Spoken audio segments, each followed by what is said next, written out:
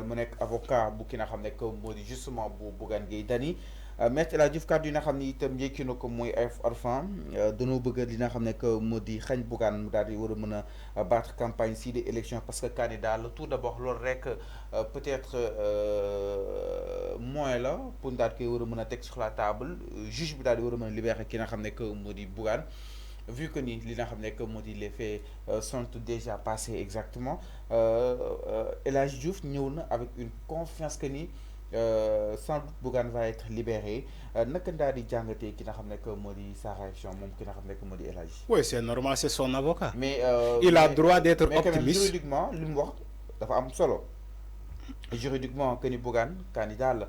Si nga xam ne que moo di élection yi donc ma leen fàttali El Hadji Diouf moom il s'est entouré d'une équipe de 6 avocats expérimentés pour sa défense parmi eux gis nañ si ku si mel ni ki nga xam ne que moo di maître Amadou Sall mu nekkoon ancien ministre de la justice sous le régime de maître Abdoulaye Wade waaye itam aussi bokk na aussi Abdoulaye Wade et de Macky Sall ok bokk na aussi si ki nga xam ne que moo di Fall ABF Djibi Diallo Souleymane Soumaré ak ki nga xam ne que mu di Ladji Ba ñoom nag ñu fi daal di ànd ki nga xam ne que mu di Bougane ensemble ils présentent une force juridique significative face aux accusations yi nga xam ne itam ñu koy porté si ki nga xam ne que mu di Bougane Gueye Dany le leader bu gëm sa bopp encore une fois li ñu koy toppee bokk na si refus d'obtempérer rébellion et outrage à magistrat dans l'exercice de ses fonctions exactement Bougane pour avocat bi taxaw na quoi comme question. Oui, mais c'est normal, c'est normal. On est dans un pays de droit.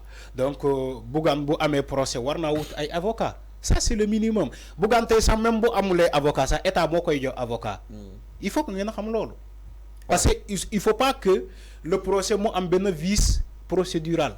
Il faut pas mu am benn vice procédural. Dañoo war a respecter donc comment dirais-je la procédure normale. Man loolu laa gëm loolu laa yàgg a kaas ci Macky Sall ci avec les procès de Ousmane Sonko parce que ils ont tendance à ignorer même les droits de l'accusé. Les droits de Ousmane Sonko, on a vu tous les procès, ils ont bafouillé, ils n'ont pas respecté la procédure normale. Moi, avec Bougane, il se doit de respecter la procédure normale. Moi, madame, le minimum, lui laisser le soin de constituer une pool d'avocats, s'il le souhaite, de chercher ses avocats. C'est le minimum. Donc, qui doit défendre son dossier. Moom nga gis ni ñu jox ko mu constituer une pool d'avocats bu entourer maître El Hadji Diouf. C'est normal. Voilà, donc loolu c'est le minimum parce que yoon daf koy reconnaître. Il faut pas que mu am benn vice procédural. Alors su ñu ñëwee ci le jugement de Bougane dama ne Bougane départ bi le procureur lan la ko toppee. maître nee na Bougane. dama ne procureur bi lan la toppee Bougane. lu koy tëjee justement. oui loolu laay wax le procureur de Tambacounda lan la toppee Bougane. refuse d'obtempérer et rébellion. outrage à un magistrat. loolu la ñu toppee le procureur de Tambacounda loolu la toppee Bougane. donc loolu procureur bëgg-bëggam moo nekk noonu. maintenant comme procès bi tey la. dañuy génne les charges teg ko ci table bi ñu ne bu fekkee yenn avocats yi Bougane yi da ngeen am ay preuves wala da ngeen am li ngeen di layoo ci dëgg seen client allez wax leen après ñu jox leen temps de plaidoirie les 6 avocats ñu jox leen ku nekk temps de plaidoirie loolu mooy un procès normal et équitable surtout. Et équitable. Alors soo ñëwee Fallou il faut que ñu wax pour sénégalais comprendre. Alors soo ñëwee parce que El Hadji Diouf fu mu bëgg a sukkandiku c'est-à-dire que ñoom alibi bu ñu avancé pour ñu bàyyi Bougane ils ont dit Bougane est candidat comme les autres candidats mooy maanaam dafa am benn loi bu nekk ci constitution Sénégal bu ñëw tënk ci nit bu nekkee candidat il faut que ce qu'on appelle le principe d'égalité des chances des candidats exactement ba léegi maa ngi ci il y a de cela 7 mois c'est ça non il faut préciser dama ne une loi que je défendais il y a de cela mais je défendais toujours cette loi là le principe d'égalité des chances des candidats alors sauf que loolu man bi ma doon défendre le gars est candidat direct à la tête de liste présidentielle alors Bougane Bougane est un figurant dans une liste. Pourquoi? C'est un figurant. Il est à la 11e position.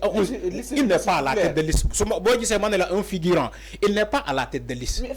Les têtes de liste sont les candidats directs. Il y en a ni figurés dans la liste. Dans la liste. C'est des figurants.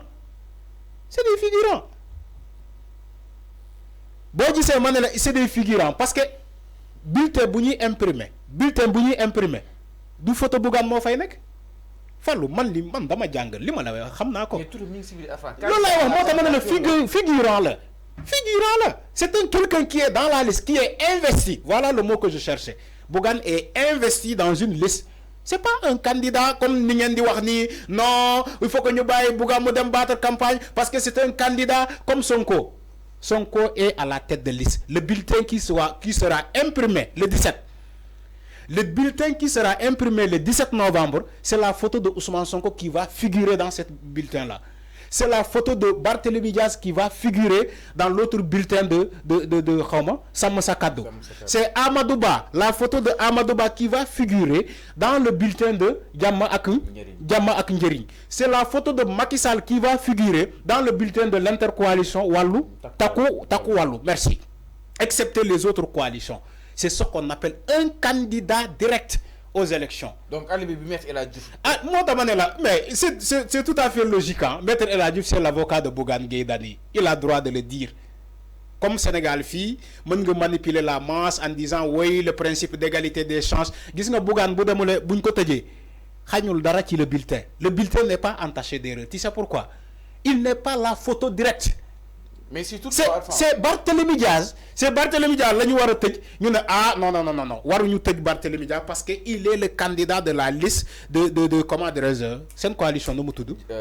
Voilà, de Sam Sakado. Mais Bougane qui est à la 11e position, rien ne le garantit d'être député. Tu vois? La question, moi, si toutefois Bougane est 11e position, nous avons plus de 20 députés, Bougane sera certainement il sort député. Oui. Là. Mais il sort. Oui. Du prison directement à bien sûr, il sort. C'est ça. Loi moo koy wax. Mais est-ce que kenn mënu ci dara. Mais la loi kenn du ko waxtaanee dañ koy jëfee. dañ koy appliquer donc les décisions de justice sont à appliquer. Point. Même tey, je vais te donner un exemple très simple. Je pense que le débat bi war nañ ko mën a dépasser. Parce que tey ñi fi nekk tey ils ont subi tey justement ce même traitement ak ñi fi nekkoon si jamono yi ki nga xam ne que moo di Macky Sall. su ñu may tey ba ñuy naan dañuy lam-laami que ni su nekkee député nañ ko retirer de prison yóbbu ko directement Assemblée nationale et tant d'autres. Est-ce que tamit enfin débat boobu noonu am na sa raison d'être jamono ji nga xam ne tam ñi nekk fii ñoon wax que ni nen demal état de droit aussi nen dem aussi ak li nga xam ne que moo di libre d'opinion et tant d'autres. Enfin est-ce que ñu posé waat débat bi c'est à 7 mois seulement justement de l'élection présidentielle. Est-ce que même yéen da ngeen di jaawale mbir. Il n'y a pas liberté d'opinion. Bougane n'a pas fait une liberté d'opinion. Bougane a défié. Ça dit que il faut ngeen bàyyi. Il faut ngeen bàyyi. Non. Arrête d'amener ces choses. Il faut ngeen bàyyi li ngeen di wax ni. Bougane deful liberté d'opinion ñu jàpp ko. Il faut arrêter. Bougane keroog bu mu defee liberté d'opinion. benn fan la fanaan commissariat central bu Dakar. Garde à vue ñu koy libéré ko. Un non-lieu. Ñu placé ko sans suite. Un non-lieu. Parce que liberté d'opinion la def. Ñu fanaan loo ko commissariat central bu Dakar ñu koy libéré ko. Mais Bougane da ngeen mës a gis Bougane mu def liberté d'opinion ñu jàpp ko dugal ko kaso. Est-ce que mës ngeen ko gis? Il faut arrêter de manipuler les Sénégalais quand même yéen aussi. Bougane lu xew à Bakel c'est pas une liberté d'opinion. C'est une défiance. Une défiance. Il a défié l'autorité publique. Il a défié la première institution de ce pays. Bougane a fait outrage à un magistrat direct devant les images. Il faut arrêter ce que vous dites. Si on laisse ça, la République est à terre. Gis nga Bougane bu ñu bàyyoon mu jàll fekk président à Bakel, la République est à terre.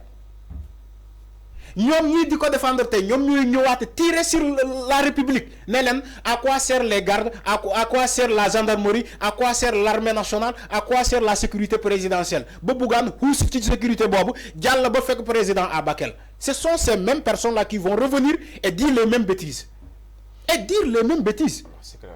On rappelle Bougane à l'ordre, des gens, des voix s'élèvent pour dire que non, Bougane détenu politique, il est armé même de courage.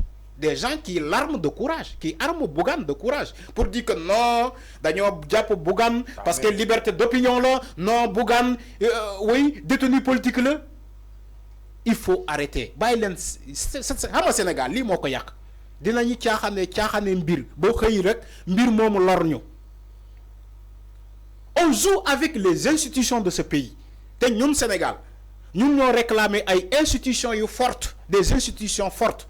Pourquoi Bougane défie une institution forte ñu japp ko? Ay ñi di wax. Alors, c'est clair. Non mais il faut arrêter les gens aussi. Vous parlez des institutions fortes, institutions yi woné sen bop. Parce que Bougane a voulu défier ces institutions-là, nous rappeler qu'on à l'ordre, yóbbu ko kaso, ngeen ne non mais man damay jommi quoi Sénégal man alors, franchement c'est quand même une édition spéciale inchallah si lolu si kaw nek modi Bougane bi di ngeen si and ak ki nga xamne que modi Serigne Niang ak ki nga xamne que modi Arfan aux environs de 13h30 inchallah den das ñew si nu mu gëna yaato à travers un plateau spécial bi nga xamne itam dinañ ko dal réserver tout à l'heure fofu ci daanu ki nga xamne que modi Tambacounda alors ñu dal ñew itam leen ci walu xibaar ginaaw ki nga xamne